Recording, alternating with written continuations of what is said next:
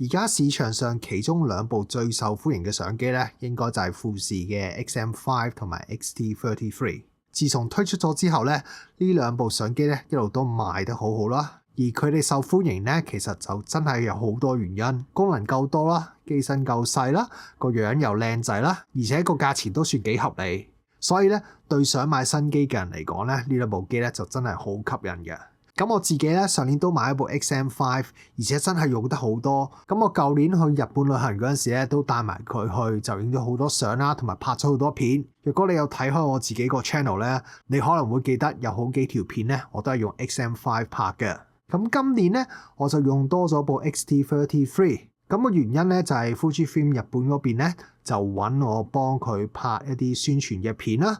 咁所以我之前幾個月咧，差唔多每日咧都帶住部 XT33 咧就出去行啊，出去影相啊，同埋拍片嘅。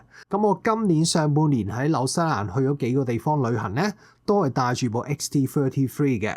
咁我就覺得啦，既然我用呢兩部機都用得咁多，咁就不如整條片啦，比較下呢兩部相機，幫下有興趣入手其中一部機嘅朋友啦。咁我就會講下呢兩部機有咩分別啦，各自嘅優點缺點，同埋分享下我實際上使用嘅感覺。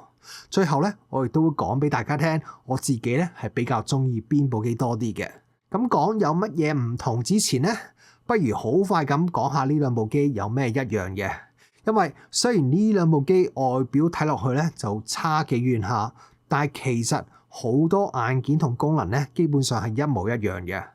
如果你去富士嘅官網睇下個 spec sheet 咧，你就會發現大部分嘅規格咧真係差唔多完全一樣。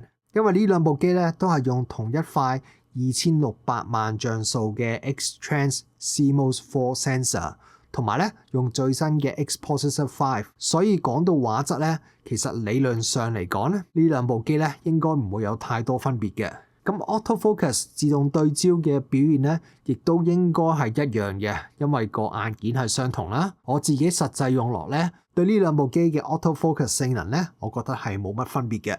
咁影相連拍嘅速度咧，同埋個 buffer 咧，亦都係一樣啦。拍片規格方面咧，都完全係一樣嘅。兩部機咧都係支援 6.2K 嘅 Open Gate 啦，最高去到30格啦，而 4K 咧可以去到60格。以一部咁細嘅相機同埋呢個價錢嚟講咧，其實拍片個 spec 咧就真係幾誇張下噶啦。咁兩部機咧都係冇機身防震 IBIS 嘅，咁所以你想要防震嘅話咧，就要配一個有光學防震嘅鏡頭。兩部機咧都係得一個單嘅 SD 卡槽。咁另外咧，兩部機都係有 WiFi 同 Bluetooth 啦，可以配合個富士嘅 X App 咧，就用嚟做遙控啦或者過相嘅。電池方面咧，都係用富士常用嘅細電啦，就係 NP-W126S。如果你睇官方嘅數字咧，XM5 嘅電池續航咧就應該會好少少，但係我自己實際用起上嚟咧，就真係感覺唔到有咩分別。若果你平時 casual 影相啦，譬如話出去影下2-3個鐘咧，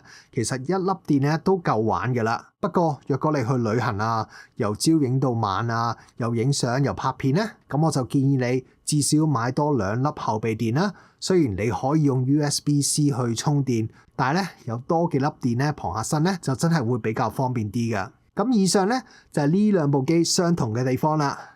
咁我諗大家入嚟睇呢條片啦，其實最主要咧都係想睇下呢兩部機有咩分別嘅。因為呢兩部機嘅硬件咧，其實大部分都一樣嘅。咁所以咧對大部分人嚟講，最大分別咧就係機身嘅設計。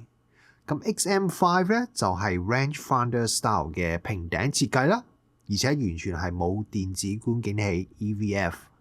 而 XT33 咧就比較似傳統 DSLR 嘅風格啦，上邊就有個凸起嘅位就擺個 EVF。XT33 嘅 EVF 咧就係236萬點，雖然就唔算係超高解像度，但係以呢個級數同埋呢個 size 嘅相機嚟講咧，其實已經夠用啦。若果好多時你都會喺大太陽底下影相咧，咁淨係呢個 EVF 咧已經可以成為你揀呢個 XT33 嘅最主要嘅原因。咁我自己咧其實呢幾年咧都已經冇乜所謂話有冇 EVF 噶啦，因為我自己平時好多時咧都會用啲冇 EVF 嘅相機影相啦。不過我發覺當我上年帶部 XM5 去日本旅行嗰陣時咧，真係有幾次個太陽就好大，我睇住個 mon 嚟影相咧，其實就好多嘢都唔係好清楚嘅。咁我嗰陣時咧就真係希望部 XM5 咧就可以有翻個 EVF。但係另外一方面啦，XT33 咧其實本身咧已經係幾細部㗎啦，但係部 XM5 咧就好明顯係更加細部㗎。就算你唔計 XT33 上邊嗰個 EVF 個地方啦，部 XM5 咧仍然係更加細部㗎。咁 Fujifilm 可以將佢咁多最新嘅功能咧塞入去呢部咁細嘅機咧，其實都幾犀利下㗎。咁但係部機細咧都有啲代價㗎。咁首先 XM5 嗰個手柄咧就真係麻麻地啦。若果單手拎住嚟影相咧，就感覺真係唔係好穩陣下。咁 XT33 嗰個手柄咧，雖然唔係話好大部，但係揸起嚟嘅手感咧就明顯係穩陣好多嘅。咁所以咧，我買咗 XM5 之後咧，第一時間咧就加翻一個 third party 嘅 grip。咁呢個 grip 咧就唔係好貴嘅，但係咧加咗之後咧，揸住部機嘅手感咧就真係好咗好多。而且咧加咗呢個 grip 之後咧，部機嘅 size 咧亦都唔係大咗好多，仍然係比部 XT33 咧係細部嘅。咁另外加呢個 grip 咧都有其他好處嘅。咁首先咧呢個 grip 咧就本身係 Arca Swiss compatible 嘅 tripod plate。咁嘅話咧，你即係可以直接將部機咧就可以裝喺啲腳架上邊，而且咧佢係將部機底嘅螺絲位咧移翻去鏡頭嘅正中間，因為咧呢兩部機嗰個原廠嘅 tripod mount 咧都唔喺部機嘅正中間嘅。而且加咗呢個 grip 之後啦，就算部機係裝喺個腳架度咧，我亦都可以唔使拆腳架咧，就可以直接換電啦，同埋 SD 卡。咁所以咧真係幾方便下嘅。所以咧，你若果買咗部 XM5，但係覺得個手柄咧就感覺麻麻地咧，咁我就真係好推薦你買翻個類似呢啲細細個嘅 grip 咧，就裝喺部機度。咁個 mon 方面啦，部 XT33 咧就係用緊162萬點嘅 LCD， 而 XM5 咧就淨係得104萬點。不過咧，實際用落咧，我又唔係真係覺得呢兩部機個 mon 嗰個解像度咧有咩明顯嘅分別。但係最大嘅分別咧就係嗰個螢幕嘅設計。咁部 XT33 咧用嘅咧就係 Tilt Screen， 咁就可以向上或者下轉啦。而部 XM5 咧就係 Fully Articulated Flip Screen， 即係可以向側邊轉出嚟啦，跟住就可以上下咁轉下㗎。咁其實咧就冇話邊一個設計好啲嘅，呢樣嘢咧就好主觀下。不過咧，通常咧中意攝影嘅咧，大部分咧就會比較中意個 Tilt Screen 多啲，因為咧若果你係高或者低嘅角度影相咧就比較方便。但係若果你有影相又拍片啦，或者自拍啦、拍 vlog 比較多嘅人咧，就比較中意用 Flip Screen 啦，因為你就可以反轉個 mon 拍到自己。所以咧由呢度咧亦都睇到部 XT33 咧就比較偏向俾人影相嘅。而部 XM5 咧就比較偏向 hybrid 啦，就係影相同拍片都用嘅。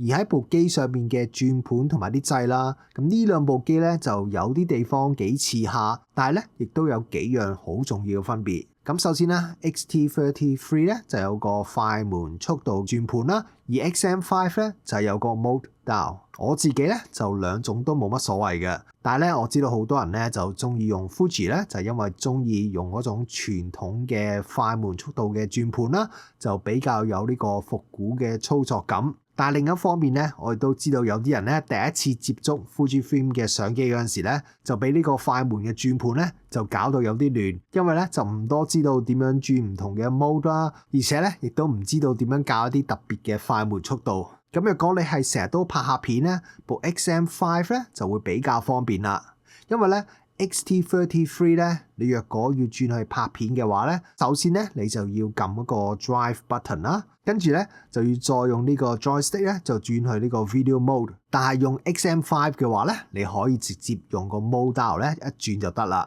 所以咧影相同拍片之間嘅轉換咧就會方便快好多。XT33 咧就有個獨立嘅曝光補償轉盤，而 XM5 咧喺大概嗰個位咧就係有一個普通嘅轉盤。咁我諗大部分影相嘅咧都係會比較中意曝光補償嘅轉盤，我自己通常都係嘅。不過咧因為 XT33 咧就有呢個曝光補償嘅轉盤啦。咁所以咧下邊咧就多咗一個可以撳得嘅轉盤，而兩部機前面嘅轉盤咧都係可以撳落去。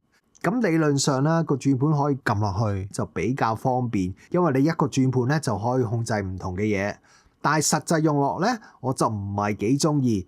因為我成日用呢個轉盤嗰陣時咧，就會好唔小心就會撳咗落去咧。譬如話，當我其實係想校嗰個光圈嗰陣時咧，就唔小心撳咗落去咧，就會變咗校 ISO。咁所以咧，有陣時唔留意嘅話咧，就啲設定咧就搞到亂晒龍。咁我用咗排之後咧，就發覺其實若果我用指甲嚟到轉嗰個轉盤咧，就會比較好啲，就唔會話唔小心咁撳落去。不過無論如何啦，我就真係唔係太中意富士呢個撳得嘅轉盤，我覺得咧就係太過容易咧就會撳咗落去，所以咧反而因為咁樣咧，我自己其實就更加中意 XM5 嗰個簡單啲，唔使撳入去個後面轉盤。Q button 個位置咧，兩部機都唔同嘅。呢一樣嘢咧，我就覺得 XT33 嗰個位咧就比較容易撳到。另外啦，XT33 咧仲有獨立嘅 AEL 同埋 AFL 嘅掣，而 XM5 咧呢兩個掣咧就合埋一齊。咁機身前邊方面啦，XT33 咧前面有一個 AF/MF 掣，咁我自己就好中意呢個掣啦，因為無論喺度影相或者拍片咧，都經常會用到呢個掣嘅。但係 XM5 嘅話咧，你要入個 menu 先轉到，咁所以咧就會慢好多。XT33 嘅機頂咧，仲有一個可以彈出嚟嘅閃光燈。而家咧其實已經好少相機仲有呢個內置嘅閃光燈啦。講真啦，我自己日常影相嘅話咧，其實就好少用到閃光燈噶啦。但係多個內置嘅閃光燈咧，係有需要嗰陣時啦，或者你可以玩啲唔同嘅 effect 咧，都幾有用嘅。另外有一樣嘢我最近先留意到咧，就係個相機繩嗰個扣咧，個設計咧都唔同嘅。部 XT33 咧就係用嗰種傳統嘅三角扣啦，而 XM5 咧就係一個固定嘅金屬圈。咁若果你就係影相嘅話咧，你可能會比較中意嗰種傳統嘅三角扣啦，因為比較方便你可以自由轉方向。但係呢個設計嘅缺點咧就係，譬如話你行路嗰陣時啦，嗰個三角扣咧就可能會撞到嗰個機身啦，咁就會整到啲聲出嚟。咁拍片嘅話咧就會有啲雜音啦。而 XM5 嗰個固定嘅金屬圈設計咧就唔會有呢個問題。所以咧睇呢一方面咧，亦都再一次睇到部 XM5 咧就比較適合拍片，而部 XT33 咧就比較適合影相嘅人嘅。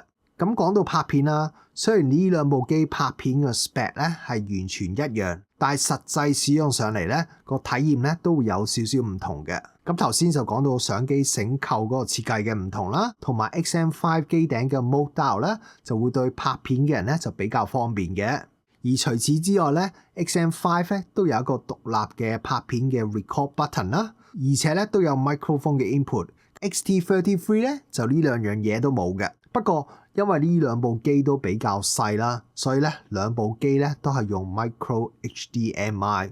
咁我自己咧就唔多中意 Micro HDMI， 因為咧就比較脆弱，你撞一撞咧就好容易壞。但係老實講啦，大部分買呢兩部機嘅人咧，應該平時都唔多會用到個 HDMI port 噶啦。就算我自己咧都從來未用過嘅。而散熱嘅性能或者過熱方面啦，咁我上年帶部 XM5 去日本旅行啦，嗰陣時就係10月中度啦，天氣都仲有少少熱，所以咧部 XM5 咧都試過有幾次 overheat 嘅。呢次咧我就將呢兩部機喺嗰個 studio 度咧就測試下啦，睇下部 size 大少少嘅 XT33 咧會唔會散熱性能咧就好啲啦。咁我測試嗰陣時咧，個 studio 嘅溫度咧就大概係28度左右啦。兩部機咧係用完全一樣嘅 setting， 就錄 4K 30格。XM5 咧就喺25分左右咧已經出咗個 overheat 嘅 warning。部 XT33 咧就大概捱多咗30秒左右啦，就先出個 warning。咁到最尾咧，部 XM5 咧喺44分鐘45秒咧就因為 overheat 咧就停機啦。XT33 咧就係49分鐘46秒就停機。咁呢個測試嘅結果咧 ，XT33 咧大概可以錄多5分鐘左右，所以散熱性能方面咧，好似係比部 XM5 好啲喎。咁測試完之後啦，我就攤凍翻兩部機啦，咁跟住咧就再試多一次，咁呢次咧就錄 6.2K 30格，而呢次嘅結果咧反而係完全相反，部 XT33 咧今次咧反而先 overheat， 19分24秒咧就停機啦。而部 XM5 咧係可以去到26分39秒咧先停機，所以呢次咧反而係 XM5 嘅表現就更加好。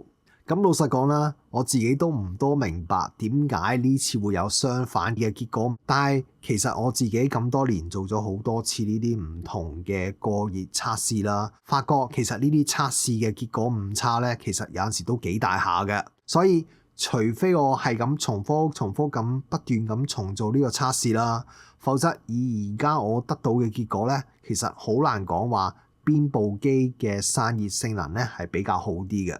不過咧 XM5 咧係可以支援官方嘅外置 Fan 001嗰個散熱風扇。咁若果加咗呢個散熱嘅風扇嘅話咧，相信 XM5 嘅散熱功能咧就會好好多嘅。而因為 XT33 喺機後邊嘅熒幕設計咧，所以係冇辦法加到個散熱風扇嘅。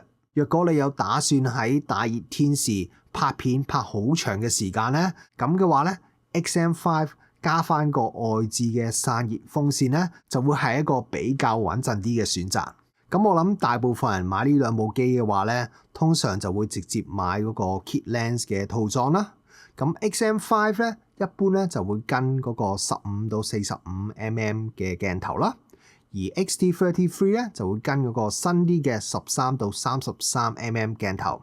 咁呢兩支鏡咧都係屬於富士嘅 XC 系列啦。XC 咧係富士嘅比較 budget 嘅系列啦，所以設計上咧就會有比較多啲嘅妥協啦。例如呢兩個鏡頭咧就會比較膠啦，同埋光圈咧亦都唔算大嘅。但係呢兩支鏡咧都係有光學防震啦，呢樣嘢咧就係非常之重要。咁我自己喺過去1年之內啦，用呢兩支鏡頭咧加埋拍咗差唔多有成萬張相㗎啦。畫質方面雖然就唔會話咩突出嘅表現，但係我自己咧就覺得絕對收到貨嘅。呢兩支鏡頭比較嘅話咧，15到45mm咧就比較 tele 長少少啦，而13到33mm咧就比較闊啲。我自己本身咧就會比較中意13到33mm嗰個焦段啦，因為個 wide end 可以闊多2mm咧，其實有好大嘅好處嘅。尤其是喺室內啊窄嘅空間影相或者拍片啦，或者你想張相咧有比較誇張啲嘅 perspective distortion 咧，13mm 咧就真係好好多嘅。而雖然話 telephoto 嗰邊咧可能會爭咗少少啦，但係因為部機有2600萬像素啦，所以咧其實有啲空間咧你可以 crop 翻少少咧都冇乜問題嘅。所以我自己嘅話咧就情願犧牲少少 tele 嗰邊啦，就揀個可以闊少少嘅鏡頭。而另外一個分別咧就係15到45mm咧就係個 PZ lens。PZ 咧就係 power zoom 嘅意思，即係咧變焦咧係電子控制嘅，用個摩打嚟推嘅。拍片嘅人咧就可能會中意呢啲 PZ 鏡頭，因為你 zoom 嗰陣時咧就會比較順啲。但我自己嘅話咧，尤其是影相咧就比較中意支13、33mm 嗰種傳統嘅手動變焦鏡頭。變焦嘅感覺咧就直接好多，反應咧亦都快好多，而且我唔使每次開機咧都要等支鏡頭伸出嚟。所以若果淨係比較呢兩支 Kit Lens 嘅話咧，我自己咧就好明顯會比較中意呢支13到33mm 鏡頭。OK， 好啦，講到呢度最後啦，究竟 XM5 或者 XT33 邊部好啲呢？其實就冇真係話邊部好啲嘅。因為呢兩部機啦，無論你用嚟拍片或者影相咧，其實得出嚟嘅相或者片嘅效果咧，根本上差唔多係一模一樣嘅。而真正嘅分別咧，主要都喺機身設計同埋一啲細節嘅功能。XT33 咧，感覺上咧就比較似一啲傳統嘅影相相機，咁就有個電子觀景器啦，有個 tilt screen 啦，有內置嘅閃光燈啦，嗰個手柄咧就比較好揸啦。同埋咧，機頂嘅轉盤咧就比較方便影相嘅。所以若果你淨係中意影相，尤其是若果你係中意用個轉盤嚟到慢慢校下個 setting 嘅話咧，部 X-T33 咧就真係一部非常之唔錯嘅相機。而另一方面啦，部 XM5 咧就似一部比較後生啲嘅相機，部機咧就比較細啲啦，有個 flip screen 啦，影相同拍片嘅轉換速度咧就比較快，而且仲可以插一個外置嘅 microphone。所以若果你平時都中意拍啲片啦，又唔多需要嗰個電子觀景器咧，我覺得咧部 XM5 咧就會比較適合你嘅。咁我自己嘅話咧，因為我自己咧本身已經有一部 XH2 啦，同埋有一啲其他嘅大機啦，咁所以呢兩部機我要二揀一嘅話咧，我就會揀部 XM5 啦。XM5 俾我嘅感覺咧就係輕鬆啦、簡單啦，同埋部機真係好細部，所以咧我可以日日都帶住佢出去都冇問題嘅。而且因為我本身又拍好多片啦，所以 XM5 咧就更加適合我啦。咁 XM5 咧就係我嘅選擇啦。咁你哋咧，你會同我一樣揀 XM5 啊，因為你會中意部 X-T33 多啲咧？好歡迎大家喺下邊留言傾下啦，講下你究竟中意邊部機多啲，同埋點解啦。好多謝大家收睇呢條片同埋睇到呢度最後。若果你中意呢條片嘅話咧，記得幫手 like 同埋 subscribe 下我哋呢個 channel， 支持下我哋。下次見啦，拜拜。